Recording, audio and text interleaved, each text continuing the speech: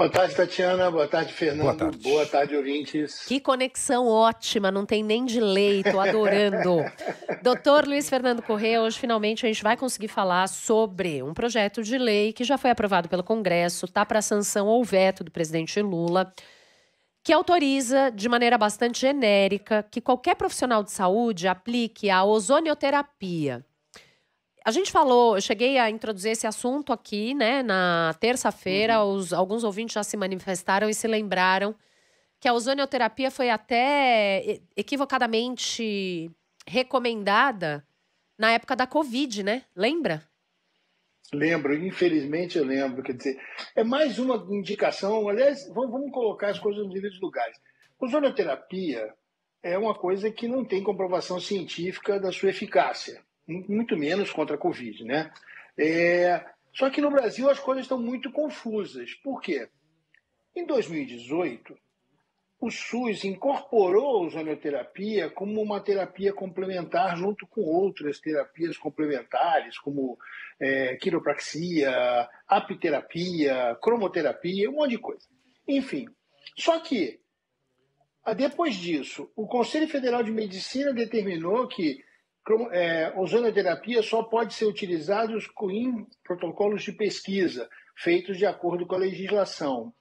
E a Anvisa, para tentar arrumar essa bagunça, no ano passado divulgou uma norma técnica, deixando muito claro que ozonioterapia só pode ser utilizado no Brasil nos seguintes casos. Eu estou lendo o que está constando da nota. Tá.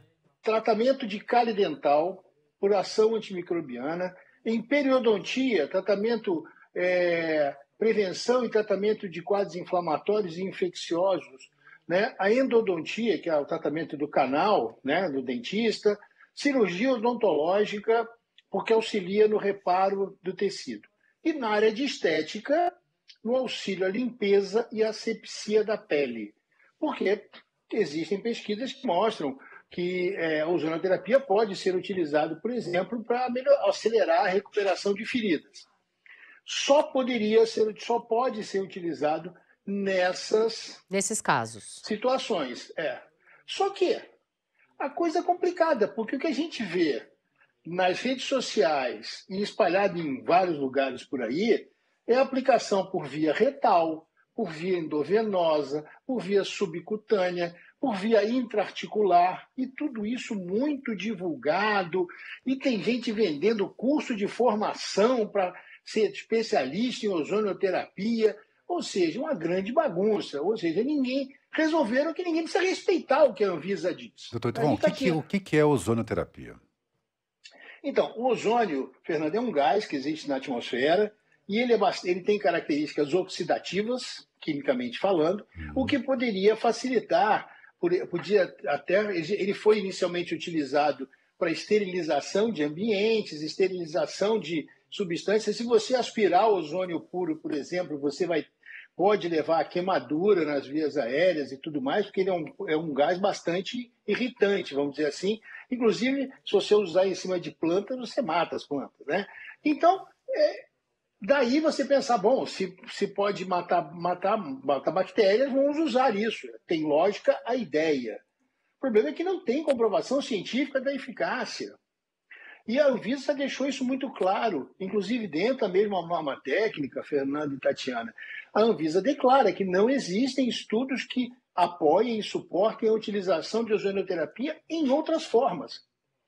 E aí vem o nosso legislativo e resolve se meter nessa confusão, autorizando, como você bem disse, Tatiana, de forma genérica, que qualquer profissional de saúde registrado no seu conselho de forma correta pode aplicar a ozonioterapia. Mas não diz que aplicação é essa, como é que vai ser, como é que pode, quem indica. Ou seja, é mais um componente nesse bang-bang da ozonioterapia. Só falando assim. Porque tem gente vendendo ozonioterapia associado à autohemoterapia, que é outra coisa que não é aprovada pela Anvisa. Que é o quê? Onde se retira...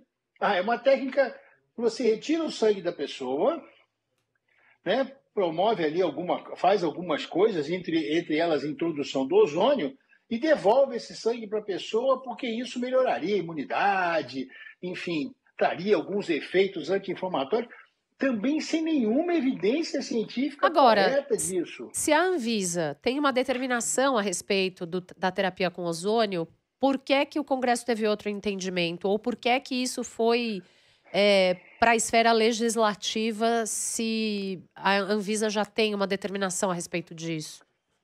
Existe uma coisa que eu não sou advogado, mas eu lembro quando eu estava estudando outro assunto, que era resíduo hospitalar, né, que eu estava dirigindo a emergência do hospital onde eu trabalhava, que é o seguinte: existe uma coisa que é a hierarquia da lei, né? A lei que manda mais no Brasil é a Constituição, e depois delas as leis que foram aprovadas pelo Congresso. Então o que vai acontecer é que essa lei passa por cima de uma norma da Anvisa, ponto. Só que, gente, se você tem um órgão técnico criado e destinado a orientar o governo do país, o que é seguro para a sociedade, são os ilustres deputados e senadores que vão ser capazes de entender melhor isso. A gente já viu que isso não dá certo no passado, né? Até comentei aqui a triste experiência da fosfoetalinamida, a fosfocoisa lá no passado, né? Que era um negócio que não existia, não funcionava, mas o Congresso resolveu dizer que tinha que dar, pô. Então, é uma loucura. O Congresso não serve para isso. É para um monte de coisa. É muito importante. Mas não pode passar por cima da evidência científica, da determinação técnica, porque já está confuso o meio de campo. Vai ficar pior ainda. Ou seja, está na mão do presidente agora resolver o que vai fazer com essa bagunça, né? O Hudson, ele fala assim: eu sou da área da saúde, já apareceram para mim anúncios de uma tal de universidade da ozonioterapia.